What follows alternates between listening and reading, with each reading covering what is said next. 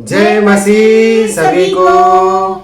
और आप लोग कैसे हैं? आशा करती हूँ आप लोग स्वस्थ और चंगाई के साथ होंगे। आज हम फिर आए हैं नई दुआ, प्रार्थना और विषय के साथ। जी हाँ भाई बहनों, धन्यवाद करते हैं आप सभी का और स्वागत करते हैं आप सभी का आपके अपने YouTube चैनल होली लाइट 7 पर। तो भाई बहनों, आज हम फिर हाजिर हुए हैं नई दुआ, नई प्रार्थना, नए विषय के साथ, रोज की रोटी, रोज के वचन के साथ। जी हाँ भाई बहनों, ये रोज की रोटी शक्तिशाली पाक बाइबल के वचन है जिनको हमें रोज खाना है और रोज ग्रहण करना है। इन्हीं वचनों के द्वारा हमारी जिंदगी में बड़े बड़े अद्भुत कार्य होते हैं। परमेश्वर की आशीष और ब्लेसिंग्स और सुरक्षा हमारे साथ होती है। तो आइए भाई बहनों, हम बढ़ते हैं आज के शक्तिशाली वचन की तरफ। इस वचन को आप क्लेम कीजिए, परमेश्वर का कार्य आपकी जिंदगी में होगा, क्योंकि परमेश्वर हमसे बेइंतहा प्यार करते हैं।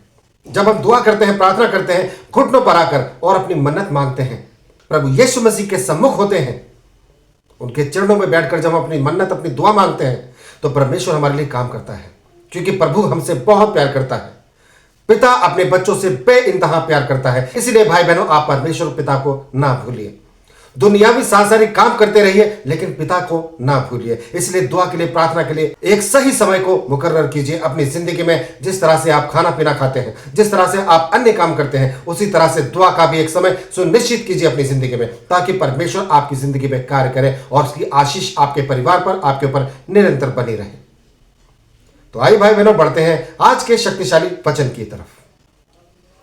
तो जी हाँ भाई बहनों, हम देखेंगे वचन भजन संहिता 38 का 15 में। परमेश्वर का वचन कहता है, परंतु हे यहोवा, मैंने तुझ पर ही अपनी आशा लगाई है।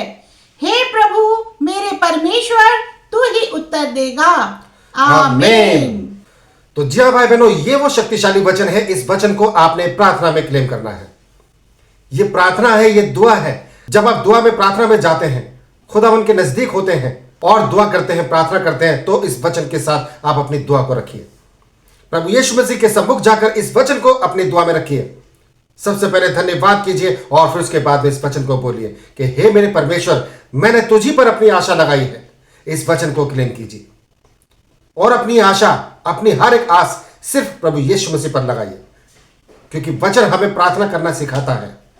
और जब इस तरह से इस वचन को क्लेम करके हम दुआ करते हैं, प्रार्थना करते हैं, परमेश्वर हमारी प्रार्थना को सुनता है। जैसा कि वचन यहां कहता है, परंतु हे यहोवा, मैंने तुझी पर अपनी आशा लगाई है। हे प्रभु मेरे परमेश्वर, तू ही उत्तर देगा। तो जी हाँ भाई बहनों, आप आशा लगाएंगे तो परमेश्वर यीशु मसीह आपको उत्तर देगा। प्रभु यीशु मसीह हर एक बंदे को उत्तर देता है जो उसके नाम को पूरी शिद्दत से दुआ प्रार्थना में पुकारता है। तो परमेश्वर आपको उत्तर देगा। जैसा हमारी जिंदगी में होता है, हर एक विश्वासी की जिंदगी में होता है, आपकी जिंदगी में भी होने जा रहा है। आपको विश्वास करना है और दुआ में, प्रार्थना में विश्वास के साथ इस वचन को क्लेम करना है कि प्रभु तू ही उत्तर देगा।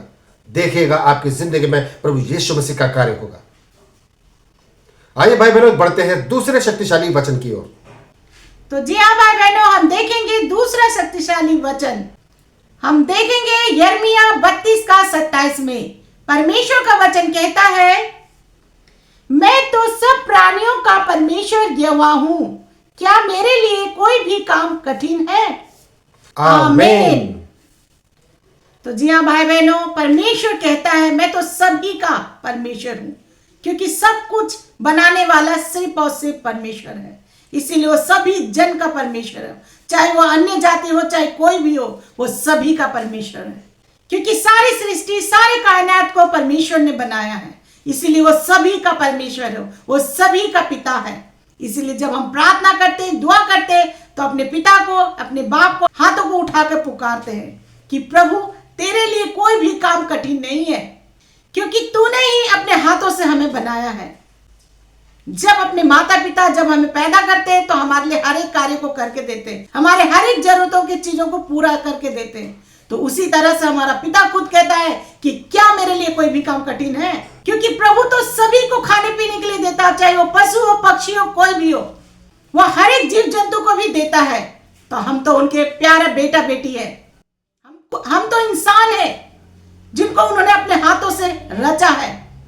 इसीलिए वो हमारी हर एक जरूरतों को पूरा करता है। लेकिन कंडीशन यही है कि अपने पिता को आवाज देना है कि पिता, मेरे बाप, तू मेरी आवाज को सुन और मेरे सारी परेशानियों का उत्तर दे, मेरे सारे क्वेश्चन का आंसर दे। इसी तरह से हमें दुआ और प्रार्थना को निरंतर करते रहना है, क्योंकि परमेश्वर यीशु मसीह हमसे बेइंतहा प्रेम करते हैं। वो हमें कभी नहीं छोड़ते, उनकी आंखें हमेशा हम पर लगी रहती है। हम उनको पुकारते नहीं है, हम हाथों को नहीं फैलाते हैं, हम दुनियावी और सांसारिक कामों में बिजी रहते हैं। हम सांसारिक चीजों में ज्यादा ध्यान देते हैं और सोचते हैं कि इन्हीं संसार की चीजों से ही हमें आंसर और उत्तर मिलेगा, लेकिन उत्तर और आंसर सिर्फ एक ही खुदा है, यीशु मसीह, जो हमें देता है। तो भाई बहनों, इसी तरह से हमें अपने पिता को आवाज देना है, क्योंकि वो हमारे लिए हर एक कार्य को करने के लिए तैयार है। तो भाई बहनों, हमें परमेश्वर को आवाज देनी है, क्योंकि उनके लिए कोई भी काम कठिन नहीं है। परमेश्वर के नाम में सब कुछ संभव है। जी हाँ भाई बहनों, परमेश्वर को आवाज दीजिए, दुआ कीजिए, प्रार्थना कीजिए और अपनी प्रार्थना के समय को सुनिश्चित कीजिए। एक समय बांधिए जिसमें आप रोज दुआ कर सके, प्रार्थना कर सके, क्योंकि पिता परमेश्वर हमसे बेइंतहा प्यार करता है और खुदा के लिए कोई काम भी असंभव नहीं है। आपकी हर एक प्रार्थना का उत्तर जरूर आएगा जब आप सच्चे मन से एतमाद करेंगे, विश्वास करेंगे और प्रभु यीशु मसीह के सम्मुख आएंगे। इसके साथ आपको धीरज रखना है, दृढ़ता से रहना है, ताकि परमेश्वर का जवाब जब आपकी जिंदगी में आए तो आप उसके लिए खड़े रहें और लोगों को अपनी टेस्टमनी बताएं।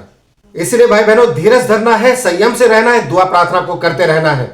आपकी प्रार्थना का उत्तर जरूर आएगा और आप देखेंगे आपकी बड़ी टेस्टमनी तैयार होगी। तो भाई बहनों, धन्यवाद करते हैं आपने यहां तक हमें सुना। इस विषय को, इस सब्जेक्ट को अपने सगे संबंधियों तक, रिश्तेदारों तक और जान पहचान के लोगों तक जरूर शेयर कीजिए, जरूर साझा कीजिए, ताकि परमेश्वर का शक्तिशाली वचन हर एक घरों में गूंजे एक बहुत बड़ी आशीष के रूप में।